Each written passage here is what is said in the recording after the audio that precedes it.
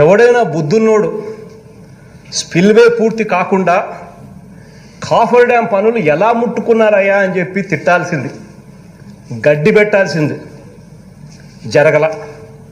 పోనీ coffer dam అన్నా కనీసం పూర్తి కాకుండా నువ్వు డయాఫ్రమ్ వాల్ అంటే మెయిన్ డ్యామ్కు పునాది గోడ, కాఫర్ డ్యామ్ అన్నా పూర్తి కాకుండా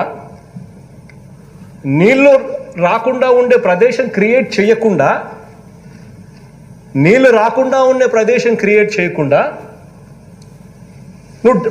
నువ్వు మెయిన్ డ్యామ్కు పునాది వాల్ వేసేసినావు, డయాఫ్రమ్ వాల్ వేసినావు. అది ఇంకొక పొరపాటు. సో కాఫర్ డ్యామ్ పూర్తి కాకుండా డయాఫ్రమ్ వాల్ ఎలా కట్టారు అని చెప్పి బుద్ధి జ్ఞానం ఉందాయా నీకు అని చెప్పి అడగాల్సిన రెండో ప్రశ్న.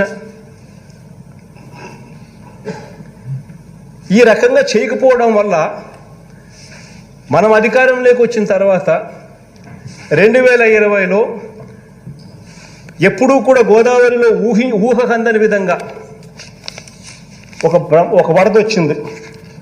ఆ వరద అనేది కూడా మనం గమనించినట్లయితే గోదావరి 100 ఏళ్ల చరిత్రలో రెండో అతిపెద్ద వరద వచ్చిన సన్నివేశం మనం చూసినప్పుడు న్యాచురల్గా ఒకవైపున స్పిల్వే మీదుగా నీళ్లు డైవర్షన్ కాని పరిస్థితి, మరోవైపున అప్పుడు ఎందుకంటే స్పిల్వే పనులు జరుగుతూ ఉన్నాయి, స్పిల్వేలో పియర్స్ ఫౌండేషన్ గేట్లు పెట్టే కార్యక్రమాలు ఇవన్నీ జరుగుతూ ఉన్నాయి.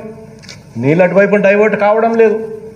రెండో వైపున ఇటువైపున ఈ చిన్న చిన్న గ్యాపుల్లో నుంచి నీళ్లు రావాలి కాబట్టి స్కౌరింగ్ జరిగింది. ఇది జరిగిన పరిస్థితి అయితే ఏ రకంగా పనులు జరుగుతాయి ఇవన్నీ రిపేర్ చేయకోకుండా అన్నది కనీసం ఆలోచన అధ్యక్ష. మనం అధికారంలోకి వచ్చిన తర్వాత అధ్యక్ష ఇవన్నీ కూడా రిపేర్ చేస్తూ అడుగులు ముందుకు వేయడం జరిగిందండి.